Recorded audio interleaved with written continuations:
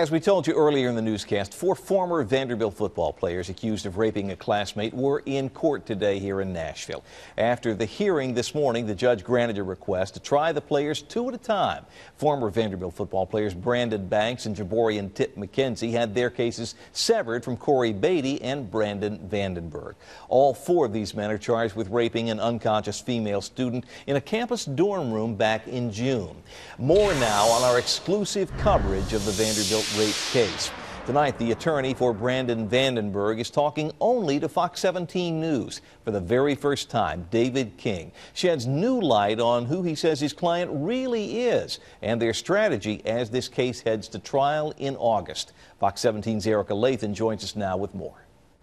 Scott, attorney David King says not only is his client innocent, but he plans to have his case severed from co-defendant Corey Beatty. And this is an interview you'll see only on Fox.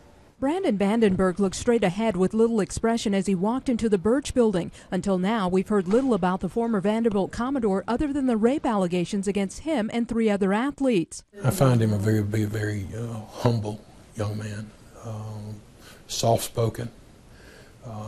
Came to Nashville primarily, although he was a highly regarded athlete, came because of the academics. Attorney David King says the 20-year-old maintains his innocence and wants his case separated from co-defendant Corey Beatty. Based on how the prosecution is moving forward on this case, that it deserves severance, that's the way to ensure fair trials for everybody. I asked King about damaging text messages made public during a plea hearing involving former teammate Chris Boyd.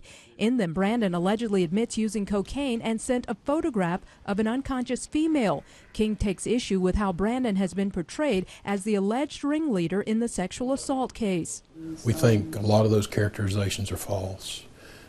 We think a lot of the matter that has been in the media is not accurate. King wouldn't discuss those text messages or other evidence in the case, but he's confident in what it will ultimately prove. We're not going to comment on discovery, and we can't do that. But we believe that our client is innocent, and he's trying to maintain his lifestyle as best he can. King says that Brandon will be heading back to California in a few days. He anticipates the legal team will be filing a motion for severance very soon. Now, you can check out more of our exclusive interview at fox17.com under the Raw News section. Erica Lathan, Fox 17 News.